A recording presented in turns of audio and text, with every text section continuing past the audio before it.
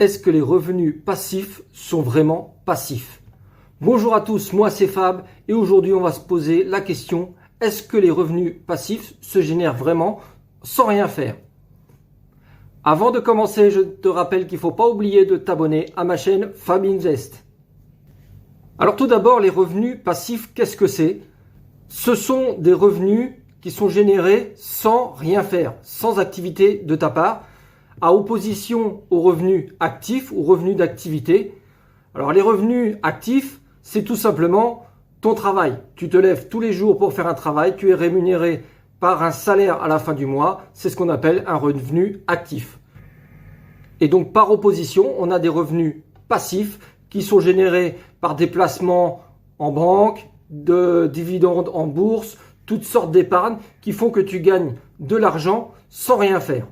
Et donc je me suis posé la question, est-ce que ces revenus passifs arrivent-ils vraiment sans rien faire? Et ce, quel que soit le placement, que ce soit la bourse, la crypto-monnaie ou autre. Alors, pour moi, tout revenu passif commence par être actif. Comme je t'ai déjà dit, avant de mettre de l'argent dans quoi que ce soit, il faut que tu te formes ou que tu t'informes. Tu as une grosse part d'activité pour commencer à ce que tes revenus deviennent passifs.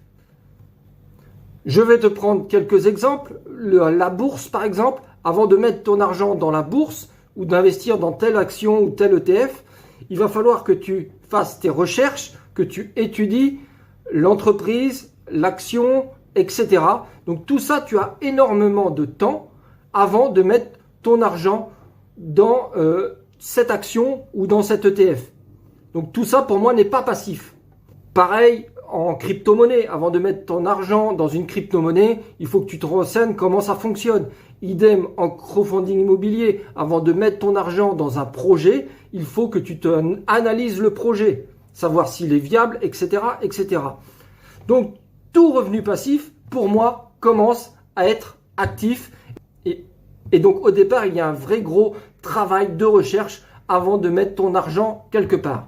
Ensuite, tu vas me dire, oui, mais quand j'ai mis l'argent, c'est bon, c'est fini, mon argent va rapporter tranquillement. Alors, oui et non. Je vais te prendre un exemple, tu mets ton argent en bourse, tes actions te génèrent tes dividendes.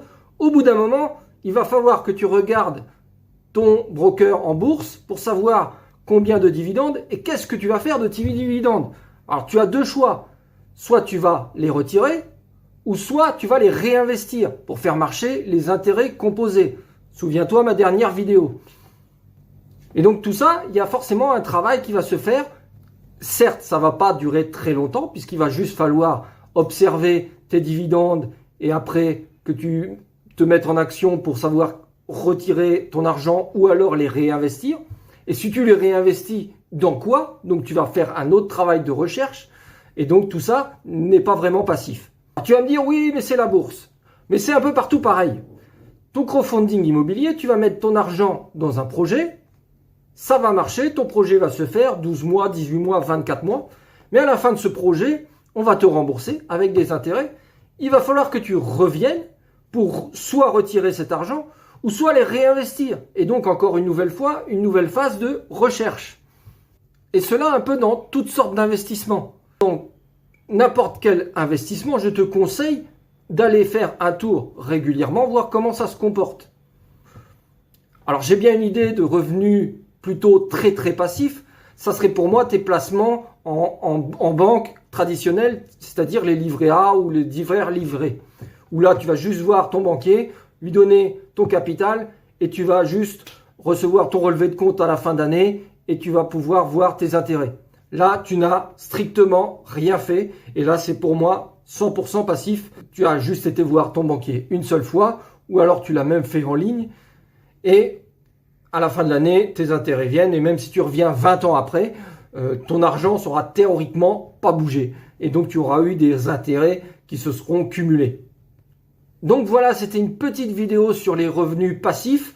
Dis-moi ce que tu en penses en commentaire. Si tu as aimé cette petite vidéo, n'oublie pas de cliquer sur le pouce en l'air. Et sur ce, je te dis à très bientôt pour une prochaine vidéo.